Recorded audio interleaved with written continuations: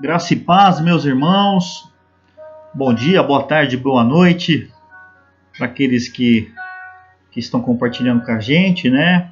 Não sei qual é o horário do seu estudo, mas eu tenho certeza que o Espírito Santo de Deus estará presente em qual horário você irá estudar.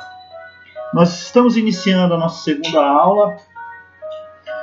A primeira nós conversamos um pouquinho sobre caráter, sobre brecha, sobre construção, reconstrução, sobre intercessores, adoradores, o obreiro aprovado. E hoje a gente irá dar sequência nesse conteúdo, tá? Nós estamos iniciando a unidade 3, que o tema continua sendo: procura apresentar-te aprovado como obreiro. Amém? Antes de efetivamente nós iniciarmos a aula, vamos orar. Feche os seus olhos, curve a tua cabeça, que eu tenho certeza que Deus irá falar ao teu coração, como também irá falar ao meu coração. Senhor, me perdoe por todos os meus erros, por todas as minhas falhas, por toda a minha ignorância, meu Pai. Me permita entrar diante do teu altar, diante do teu trono, Senhor Deus, e que nós possamos poder entender, Senhor, aquilo que o Senhor tem preparado para nós. Procure te apresentar como obreiro aprovado diante de Deus. Senhor, nesta matéria é isso que nós buscamos, papai. O verdadeiro entendimento para podermos, papai, nos apresentar diante do Senhor como obreiros aprovados. Sabemos que através dos estudos, pelos ensinamentos, papai, que não é simples, não é fácil. Nós iremos passar por provas, por situações adversas. Mas, papai, a tua palavra diz que o teu Espírito Santo é o nosso consolo. É Ele que renova as nossas forças. É Ele que faz morada dentro de mim, dentro de você, meu irmão, minha irmã. E juntos, nós iremos vencer. E eu tenho a convicção que iremos nos apresentar diante do Rei dos Reis, aprovados e com êxito. Amém, meu querido? Amém. Vamos lá. A unidade 3... como eu já havia dito, diz lá: procura apresentar-te aprovado como obreiro. Olha o que diz. Antes de ser obreiro, é também necessário estar aprovado. A palavra aprovado precede a palavra obreiro. Em primeiro lugar, precisamos alinhar nosso perfil motivacional com o temor de Deus. Em segundo lugar, estamos aprovados. E só então desempenhar nosso serviço ao Senhor. Na aula passada, nós falamos de motivação correta. Você está motivado a servir homens ou motivado a servir Deus? Quando você está motivado a servir Deus, o temor vem com uma forma natural. Eu estou fazendo isso para Deus e não para homens. Quando nós realizamos isso para homens, eu já citei na aula anterior, e nós iremos falar um pouquinho mais sobre isso, as consequências são gravíssimas para a nossa alma. Quem nunca aqui fez uma prova? Uma prova escolar, um exemplo que todos nós já passamos. Dá aquela dorzinha de barriga, né? A gente fica nervoso. E nós vamos lá, realizar a prova. Como aqui no conteúdo que nós estamos estudando, no final nós iremos realizar uma avaliação. por mais simples que seja essa avaliação, gera uma preocupação em nós. E no mundo espiritual é igual. Quando nós realizamos essa verificação e somos aprovados, a alegria.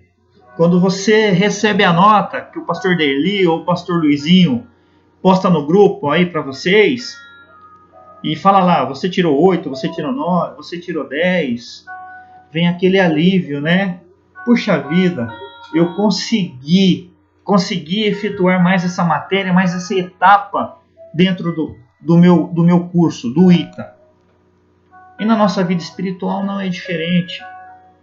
Nós seremos provados constantemente. Aparecerão dificuldades. Talvez você nem se dê conta que você está sendo provado. Comece a meditar sobre isso. Leia com calma a apostila, que você irá entender perfeitamente isso que eu estou dizendo. Amém? A questão básica da aprovação. Qual é a primeira coisa que temos que fazer para sermos aprovados diante de Deus? Uma outra pergunta, obediência? Uma outra pergunta, temor ao Senhor? Claro que sim. Temos que ser provados, temos que ser obedientes e temos que ter temor ao Senhor. A primeira coisa a fazer para sermos provados é simplesmente a prova. O que eu citei agora há pouco. Na nossa vida, né, carnal, humana, nós precisamos de, em algum momento, realizar algumas provas. É natural isso. No mundo espiritual, isso também acontece. E olha o que diz assim, ó, na sequência. Ninguém pode ser aprovado numa prova que não fez. Ou seja, para você ser aprovado, você precisa ser provado. Para você falar sobre, vou citar um exemplo aqui, sobre casamento, você precisa estar casado. Consegue me entender, meu irmão? Nós precisamos ter uma vivência sobre aquele assunto que nós estamos tentando ser aprovados para ter êxito. Nós nunca iremos conseguir ser aprovados se nós não passarmos pelos testes que virão dada pelo Senhor, que nós chamamos de provados. Talvez você esteja se perguntando, puxa vida, Paulo, eu sou provado constantemente, todos os dias, na minha área financeira, na minha área sentimental, familiar. São provações que irão te edificar, meu irmão.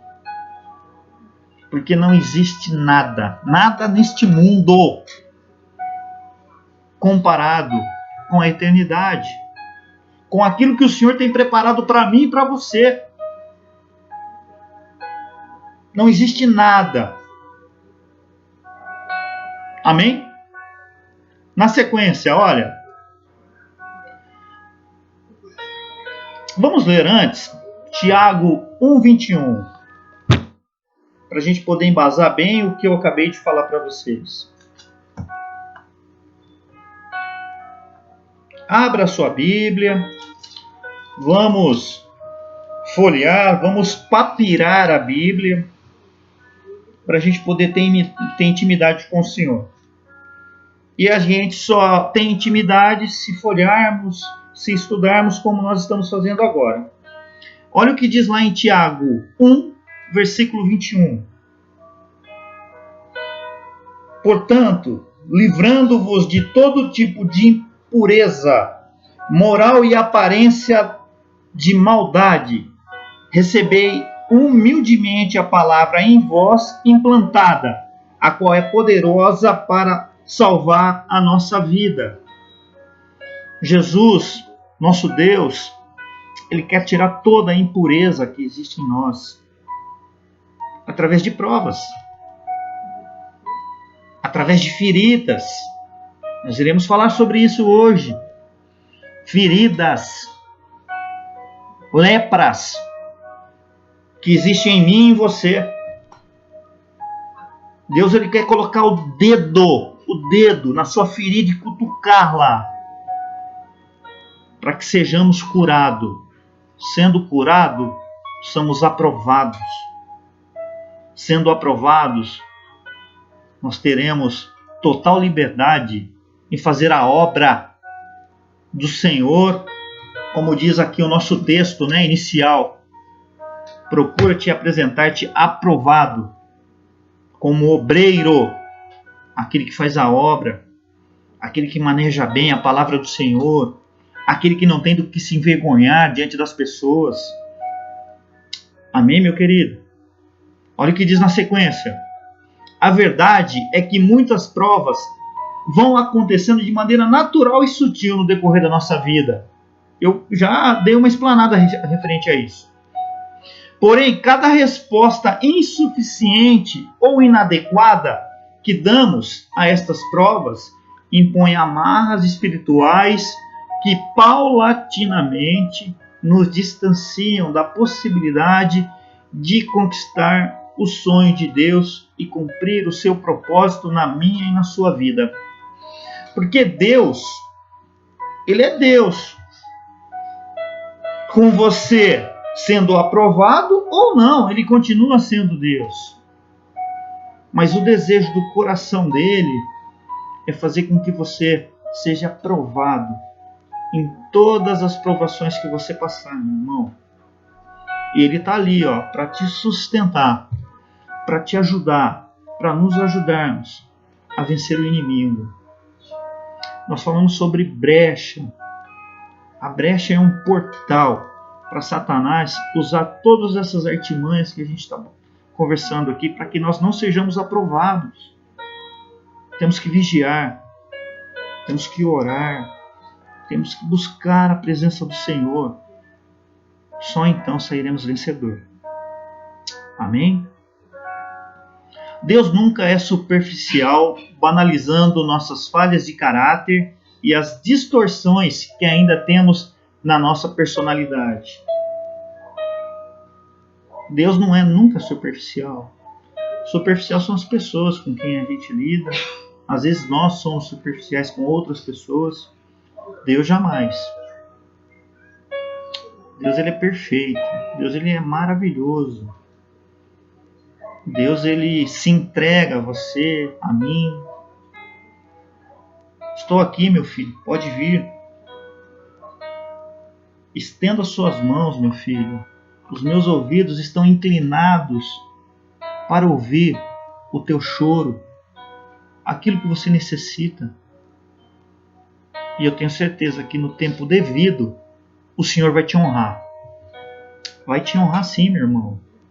Puxa vida, mas eu estou tanto tempo nessa caminhada. Ou você chegou ontem e de repente você está imaginando, eu queria ver coisas acontecendo e não aconteceu. A Bíblia é repleta de exemplos que a gente pode se apegar e servir de inspiração para a gente. Nós vamos falar hoje aqui também sobre o povo que andou 40 anos no deserto. 40 anos é uma vida, meu irmão, minha irmã. 40 anos. É tempo, é muito tempo. Mas quando Deus quer te abençoar no momento oportuno, Ele irá fazer com certeza. Amém?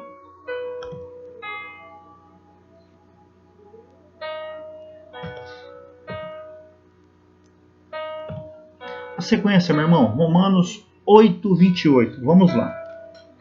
Pode abrir a sua Bíblia, tranquilo. Em Romanos 8:28.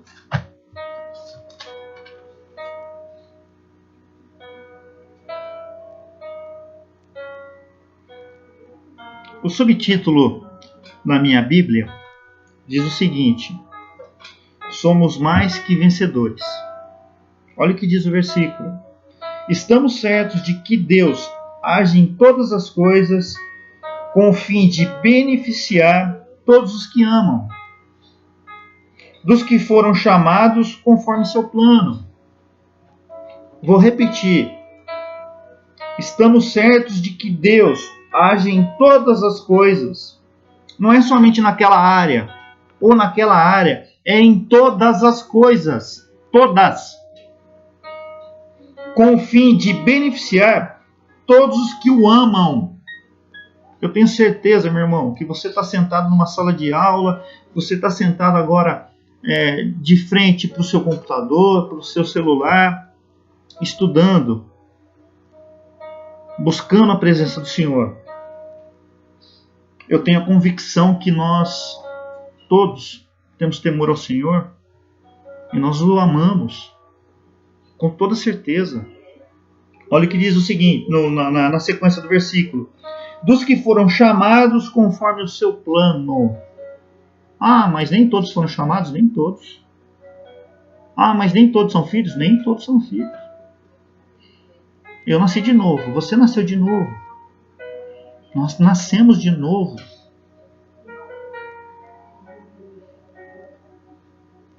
Meu irmão, as coisas cooperam para aqueles que amam a Deus.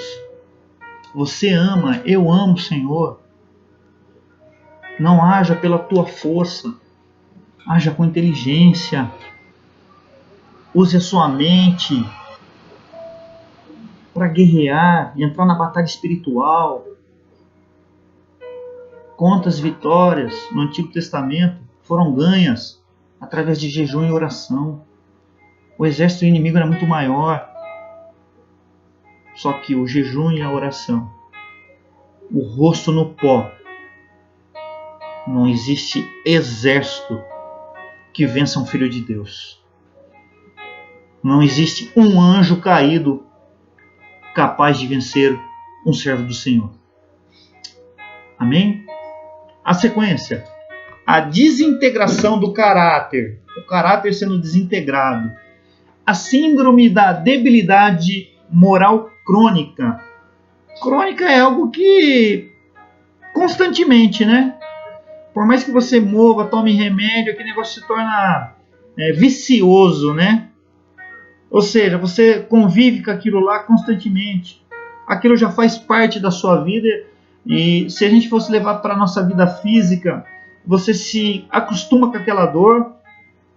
E daqui a pouco você entende que aquele sentimento, aquela dor, algo natural, faz parte da sua vida. Sentir dor não faz parte da nossa vida. Nem física e nem espiritual. Olha o que diz aqui, ó. Alguns pensam que aceitar debilidades fazem parte da sua personalidade. Obreiros, líderes, pastores. Você acha que essa desintegração de caráter só ocorre com você ou comigo? Ou com aquele que está iniciando na fé? De forma alguma. Quando existe uma guerra, quem são os primeiros a ser atacados? Os líderes, a liderança. Porque quando você ataca o líder, ataca o responsável, o exército se abala, os soldados se abalam. Se conseguiram atingir o meu líder, o que será de mim? Eu falo com propriedade, meus irmãos, que eu vivo num ambiente militar. Eu sei o que é isso. Olha que coisa, ó. Na verdade, essas debilidades de espírito, meu irmão, você risca aí, escreva alma. Na verdade, estas debilidades de alma produz impiedade e maldade. Nosso espírito é perfeito. A nossa alma, ela é vulnerável. Ela é vulnerável.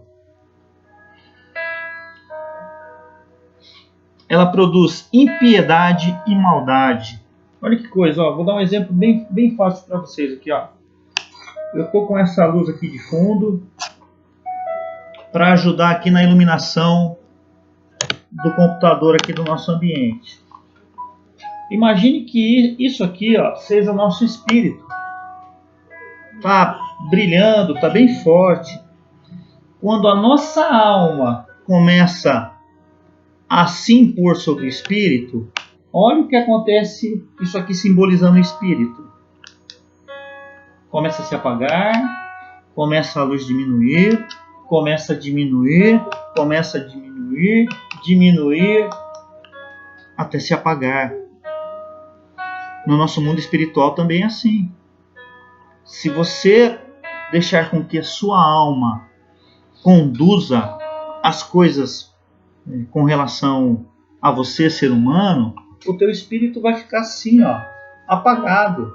Agora, quando você busca a presença do Senhor, olha aqui, ó, a claridade, olha como o espírito reluz. Olha como o espírito reluz. Que beleza! Aonde você chegar, as pessoas vão sentir, perceber que a luz ali chegou. A luz ali chegou. Ali as trevas não habitam mais. Meu irmão, nós temos que ser assim. Luz. Temos que tomar muito cuidado com a nossa alma. Porque a nossa alma, ela é impiedosa. Ela provoca maldade. Tudo que aquilo que é gostoso no mundo carnal, a alma se apaixona. Geralmente é pecado. É prazeroso, é gostoso. Os desejos carnais que a gente tem, isso é tudo produzido pela alma. E o nosso espírito vai, ó, definhando. A nossa intimidade com Deus vai desaparecendo. Quando você menos imaginar, a síndrome da debilidade moral crônica tomou conta da tua mente, da minha mente, do seu coração e do meu coração. Vigiai, meu irmão. Vigiai para que isso não ocorra. Amém? Olha, na sequência a gente vai definir o que é derrota. Eu acredito que todos nós já passamos por uma derrota, por uma reprovação, por uma situação em que saímos tristes, cabisbaixos. Olha o que diz aqui, ó. Uma vida cíclica de reprovação, ou seja, uma constância de reprovação, uma constância. Você está sendo reprovado constantemente em tudo que você faz, no seu relacionamento, no seu trabalho, dentro da sua comunidade. Você está sendo reprovado. Ciclo é algo viciante, onde nos vemos obrigados a voltar sempre no mesmo ponto. É a mesma coisa que você andar numa esteira. Você não sai do lugar. Vou correr. Vai continuar não saindo do lugar. Mas eu estou cansado, eu estou buscando. Pare, reflita, medite, busque a presença do Senhor para que você saia de uma esteira e vá para uma escada rolante. Você vai decolar, meu irmão. Você vai decolar. A reprovação faz parte do nosso cotidiano. Faz parte. Só não pode se tornar algo vicioso. Quando você é provado, você vai ter que retornar àquela etapa inicial para você ter sucesso. Olha que coisa, olha. Eu trabalho com psicologia canina também. Quando o pet ele está errando algo, eu vou lá e mostro para ele e corrijo. Você errou, está errado. O que eu vou fazer novamente com ele? Eu vou colocar ele na mesma situação para ver se ele assimilou aquilo que eu passei para ele. Se ele assimilou, eu faço muita festa para ele entender que aquele comportamento que ele teve Foi aprovado. Foi aprovado. E a mesma psicologia que eu uso com o cão é a mesma que eu uso com o ser humano. Eu não sou psicólogo, meu irmão. Mas eu estudei algumas partes da psicologia para poder entender como é que funciona a cabeça também do animal. E não é diferente do ser humano, não. Não é diferente. Amém? Mudando de página. Aí tem uma figura que mostra bem aí, ó. Você, quando a gente é reprovado, né? A gente anda em círculo. Anda em círculo. Talvez você já tenha imaginado quem andou em círculo na Bíblia. Moisés conseguiu fazer talvez a proeza maior daquele povo. Tirar aquele povo da escravidão. Do Egito, de Faraó. Eles foram libertos. Imagine a festa, a alegria. Todo dia você trabalhando como escravo, sendo reprovado como ser humano, açoitado, apanhava, com a sua liberdade restrita, intimidade impossível, porque você era fiscalizado o tempo todo. Quando vai para o deserto, começa as provações, e de vez acontecer as aprovações, acontecem as derrotas, as reprovações. E esse povo volta. E nós conhecemos toda a história. Aquela geração não entrou na Terra Prometida. Qual que era a intenção deles? A intenção era boa. Estou saindo daqui da escravidão e vou herdar a Terra Prometida. Tinha maná, tinha coluna de fogo, tinha sombra, tinha tudo o que eles precisavam. Só que a murmuração, os desejos da alma, sobreponham a vontade do Espírito. E aí eles ficaram lá, como eu acabei de falar, 40 anos, andando em círculos, não saindo do lugar, patinando, andando numa esteira, correndo numa esteira, não saindo do lugar. Definindo o trauma. Ó, se vocês começarem a perceber, um tema é interligado ao outro. Falamos de derrota, agora eu vou falar de traumas, profundidade de trauma. Definindo o trauma. Na distância desta vida cíclica de reprovações, reside o verdadeiro ponto onde se encontram as nossas enfermidades. É impossível falar de derrota sem falar em trauma. Áreas de derrota são áreas traumatizadas. Cada reprovação significa uma machucadura.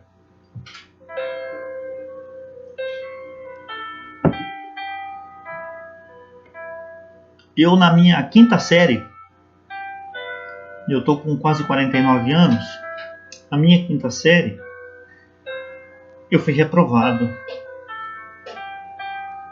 Reprovado porque na hora de estudar eu não queria estudar, né? Eu sempre fui maior do que as outras crianças. No ano seguinte, onde eu tive que refazer a quinta série, vendo os meus novos amigos chegarem, todos bem menores do que eu, isso me causou um trauma, uma tristeza. E vendo os amigos que o ano anterior estavam comigo, estavam um ano acima, isso gerou uma tristeza, um trauma em mim. Nunca mais eu repeti. Nunca mais eu deixei de estudar. Porque aquilo foi tão ruim, aquela derrota foi tão triste. Ainda uma criança, né? Uma criança que eu era. Mas eu senti o golpe. Medite no que Deus está te mostrando agora, as derrotas que você já teve e quantos traumas isso já causaram, quantas cicatrizes isso já causaram em você.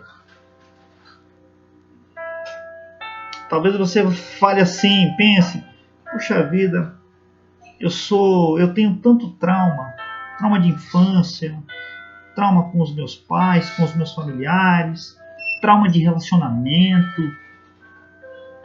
Isso vai gerando machucadura em nós, vai nos machucando internamente. Aquilo que o ser humano não consegue enxergar a olho nu. Eu olho para você, você tomou um banho, passou um belo perfume, secou seu cabelo ou passou um gel, colocou uma bela de uma roupa, foi para uma festa. Qual que é a impressão que quem está te vendo vai ter? Nossa, que pessoa bem alinhada, bem arrumada, cheirosa. É prazeroso estar perto dessa pessoa. Mas ninguém conhece o teu coração, a tua mente, as cicatrizes, os traumas que tem dentro de você. Minha mãe dizia um verbo do mundo, né? Que falava o seguinte: por fora, bela viola. Os mais antigos acho que já ouviram essa. Por dentro, pão bolorento. Algumas pessoas se encontram dessa forma. Se você pegar o pão, por fora, as casquinhas lindo, por dentro embolorado. Por quê? Por traumas, por machucados, por derrotas, por frustrações. Mas não é essa a vida que Deus tem para mim e para você, meu irmão. Os seus traumas, as suas derrotas, as suas frustrações ficaram no madeiro. Jesus Cristo levou tudo isso sobre ele. E a palavra diz que sobre as pisaduras nós somos sarados. Sarados é tudo. Não é só os meus pecados. Não é só o meu físico. É tudo. Só que nós temos que estar dispostos, provados e aprovados, para fazer com que aquele calvário que Jesus passou, consigamos endossar. Jesus, tudo que o Senhor fez é verdade.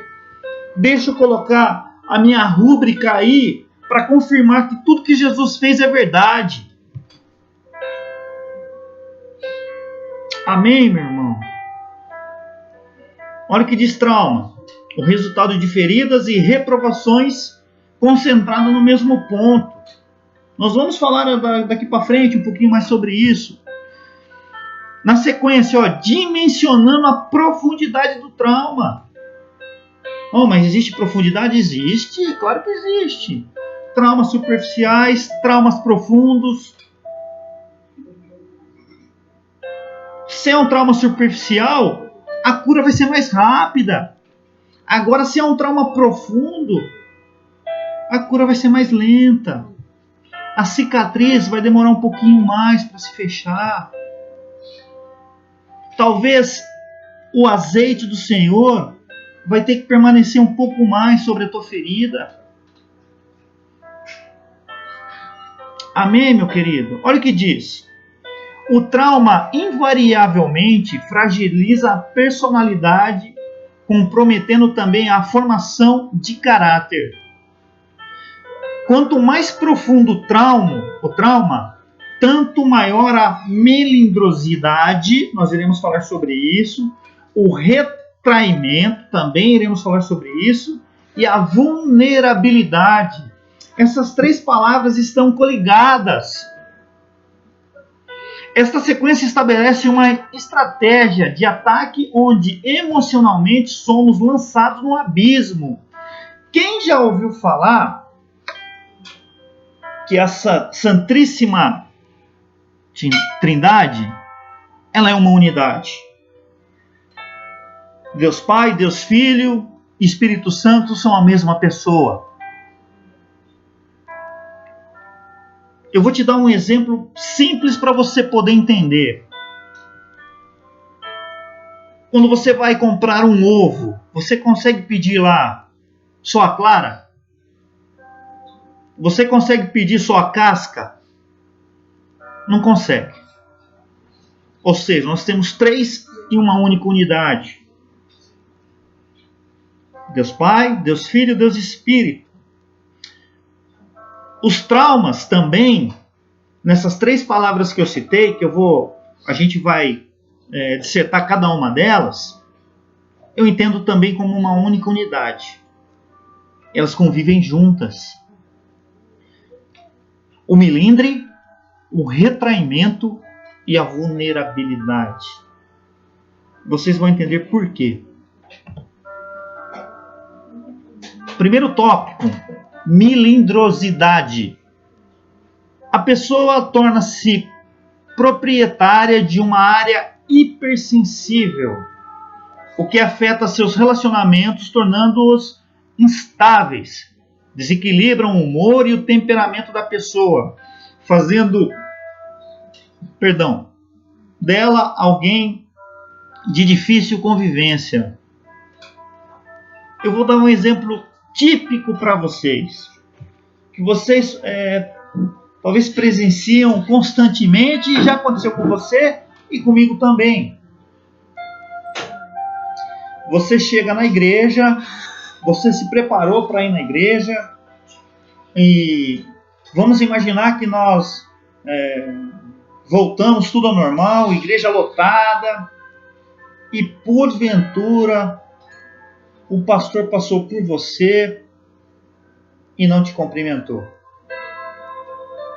Um exemplo tão bobo, né? Você que está machucada, cheia de traumas, já vai entender isso como um desaforo. Poxa vida, eu me preparei tanto para vir para a igreja, passei pelo pastor e o pastor passou reto por mim, me deixou no vácuo, cumprimentou todas as pessoas e não me cumprimentou. Você começa a se tornar uma pessoa melindrosa. Ou quando de repente você é criticada de uma forma construtiva no seu particular, você não consegue assimilar isso como algo construtivo na tua vida. Você se torna melindre. No meio onde eu trabalho, essa palavra é muito citada. Porque não tem meio termo. É sim ou é não. Ou faça ou faça. Cumpra-se. E quando acontecem essas coisas, nós estamos dando legalidade. Para Deus não. Para Satanás. Estamos abrindo uma pequenina brecha. Mas essa pequenina brecha, ele te arrebenta. Olha o que diz o retraimento. Uma situação vai levando a outra. O retraimento ingessa a pessoa de um comportamento onde a ferida passa a ser o eixo da vida. Os relacionamentos obrigatoriamente tornam-se superficiais. Não queremos ser feridos novamente. Uma das piores tipos de ocultismo é o ocultismo evangélico, onde acreditamos que devemos encobrir nossos pecados e vergonhas. Todo pecado é trauma, e trauma, quando não são submetidos à luz, ficam sob o poder de uma impiedosa exploração demoníaca. Meu irmão, no mundo físico, isso acontece com naturalidade. E nós não conseguimos tirar as escamas dos olhos para ver que isso está acontecendo no mundo espiritual também. Não me cumprimentou? Acho que eu não vou mais para a igreja. Chego lá, ninguém me cumprimenta. Você está buscando a Deus ou você está buscando a homens? Primeira aula foi falado sobre isso. Eu te convido agora a você buscar áreas que estão assim na tua vida, para que Deus possa curar você e eu. Ao término desse conteúdo, eu quero que você saia aliviado. Senhor, eu estou no caminho certo. Senhor, eu tinha uma ferida, mas eu me posicionei e estou escancarando a minha ferida ao Senhor. Coloque o teu dedo, Senhor. Cura-me, Senhor. Eu quero me apresentar-te aprovado diante do Senhor. Ora, vulnerabilidade. Olha o que acontece. O trauma, por definição, passa a ser um ponto cada vez mais fraco e alvo crescente que o diabo só encontrará facilidades em acertá-lo. O trauma obedece a um sentido rotineiro de ataque. Nos tornamos milindres, nos retraímos, ficamos dentro da bolha, não queremos ter contato com pessoas, já começa a ter pensamentos ruins, da mente desce para o coração.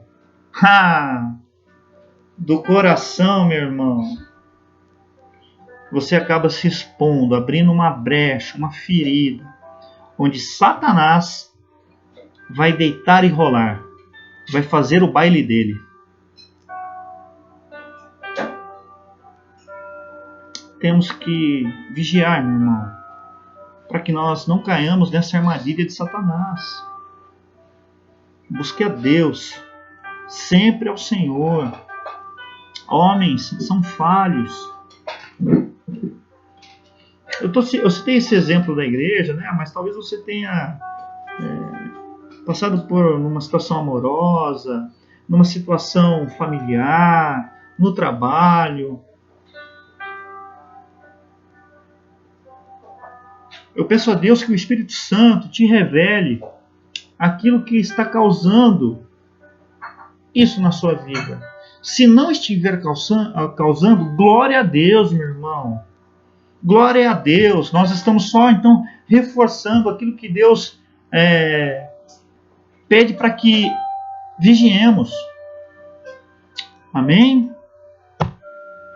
O processo de espiritualização da ferida. Eu quero que você imagine uma ferida na sua carne, no seu corpo. Olha o que acontece. Ainda que a superfície da situação pode ser encoberta e os outros nem imaginem o que está acontecendo dentro da pessoa, a dor se aprofunda cada vez que ela convive com o fracasso diante da prova. Muitos na igreja definem superficialmente o crente como alguém que não bebe, não fuma, não vai mais aos bailes, não pratica imoralidade, etc. A abstinência delas é imposta para satisfazer o novo padrão religioso adotado, sem considerar as raízes causadoras. Meu irmão, você talvez já tenha convidado alguém para ir na igreja e a pessoa tem falado para você: puxa, mas eu fumo. Pô, mas eu bebo, sou cheio de vício, Deus não vai me aceitar desse jeito. Quem convence é o Espírito Santo, meu irmão. Se você jogou a semente, o Espírito Santo, ele é capaz de transformar qualquer situação.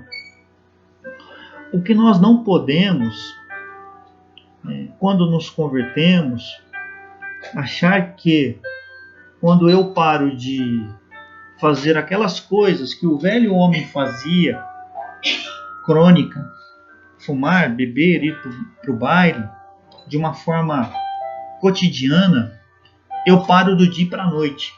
E eu acho que os meus problemas estão resolvidos. Eu vim para Jesus, eu parei de beber, eu parei de fumar, eu não vou mais no baile, agora eu só ando de terno e gravata. Excelente! Tem que realmente extinguir os teus vícios, meu irmão. Mas o principal de tudo isso é a gente conseguir identificar as feridas que existem na nossa alma, que existem no nosso corpo. Você identificando as feridas, os traumas produzidos pela vida, pela convivência com outras pessoas, isso vai te levar a ter intimidade com o Senhor. Isso realmente vai te sarar, vai te curar, vai te libertar. Porque se superficialmente, como diz o texto, nós pararmos simplesmente de beber, de fazer as coisas citadas aqui, 6, 7 meses, 1 ano no máximo, essa pessoa estará fora da igreja e continuará fazendo novamente todas essas coisas. Porque a ferida não foi curada. Não deixou Deus colocar o dedo na ferida para que essa ferida fosse tratada corretamente. Amém, meu irmão? Cometemos um erro grave. Cometemos um grave erro de discipulado quando tratamos apenas a dor. Pecados e vícios das pessoas sem lidar com a dor emocional e a vergonha moral que essa pessoa carrega. Desta raiz da vergonha e dor pode emergir um intenso ativismo religioso. Na verdade, esse ativismo, por mais que a pessoa galgue posições devido ao seu ativismo, sua vida está minada e sua obra comprometida. Este quadro de derrota e fragilidade funciona como uma arma dormente que pode ser ativada caso a pessoa comece a reagir e ameaçar o esquema imposto pelo inimigo.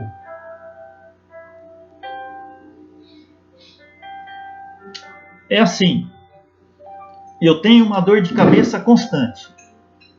Eu fico tomando paracetamol constantemente. Acho que é esse o nome do remédio que eu tomo de vez em quando aqui, para aliviar a minha dor. Mas eu não busco a causa da minha dor de cabeça. Eu não sei se é uma enxaqueca, o que é. Mas eu vou lá, tomo um remedinho e aquele remédio me alivia momentaneamente. Na nossa vida espiritual é assim. Se nós não nos tratarmos a ferida, o problema em si, a gente não consegue resolver. E sabe o que acontece? A raiz daquela ferida começa a crescer. Começa a crescer.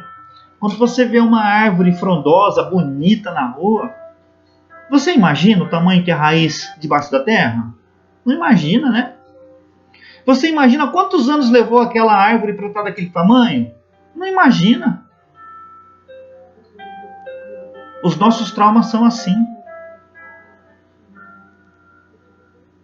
Tem raiz, cresce. Pessoas morrem por falta de perdão. Não liberam perdão. Isso gera doença no físico. Cientificamente provado. Gera doença no físico.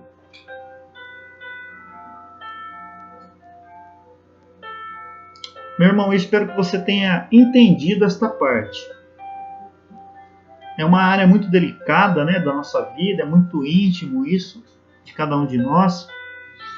Mas eu tenho certeza que o Espírito Santo irá te mostrar, irá te tocar, irá te incomodar, para que você mostre a ferida ao Senhor. Amém?